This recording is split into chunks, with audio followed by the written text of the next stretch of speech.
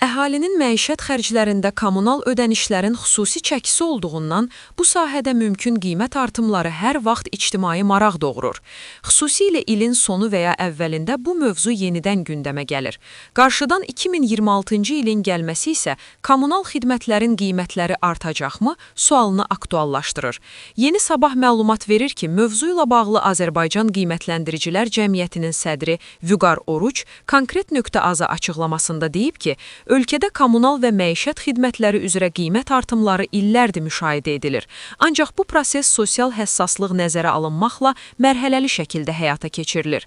Onun sözlərinə görə Azərbaycan sosial yönümlü dövlət olduğu üçün qiymət artımları ilk növbədə qeyri-yaşayış obyektlərinə tətbiq olunur. Əhali üçün nəzərdə tutulan kommunal xidmətlərdə isə artımlar daha sonra və nisbətən cüzi həcmdə baş verir. Hər il manatın alıcılıq qabiliyyətində dəyişiklik olur, inflyasiya faizləri açıqlanır. Bu isə xidmətlərin maya dəyərinin artmasına gətirib çıxarır.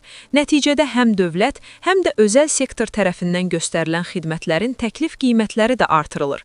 Ancaq bu artımlar mərhələli şəkildə aparılır ki, əhali ciddi iqtisadi zərbə almasın. Oruc əlavə edib ki, 2026-cı illə bağlı iqtisadi proqnozlar da tam ürək açan deyil və bu baxımdan növbəti ildə də kommunal xidmət haqlarında artım ehtimalını istisna etmək olmaz. Əgər vergilərdə artım baş verirsə, yeni vergi istiqamətləri müəyyənləşdirilirsə, dövlət büdcəsinin xərcləri optimallaşdırılırsa və qənaət rejiminə keçilirsə, bu müəssisələrin daxili borclarını azaltmaq üçün qiymət artımlarına getməsinə səbəb ola bilər. Ekspert qeyd edib ki, artıq istilik şəbəkələri, lift xidmətləri və digər oxşar sahələrdə maya dəyərinin artması ilə bağlı məlumatlar mövcuddur.